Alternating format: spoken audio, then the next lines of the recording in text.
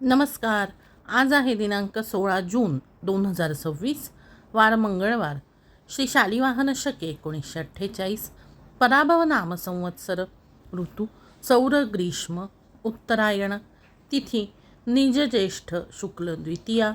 मध्यरात्री 12:53 नक्षत्र आर्द्रा दुपारी 4:12 योग वृद्धी मध्यरात्री 12:35 करण बालव दुपारी 2:40 सूर्योदय सकाळी 6:03 सूर्यास्त संध्याकाळी 7:15 सूर्यराशी मिथुन चंद्र राशी मिथुन.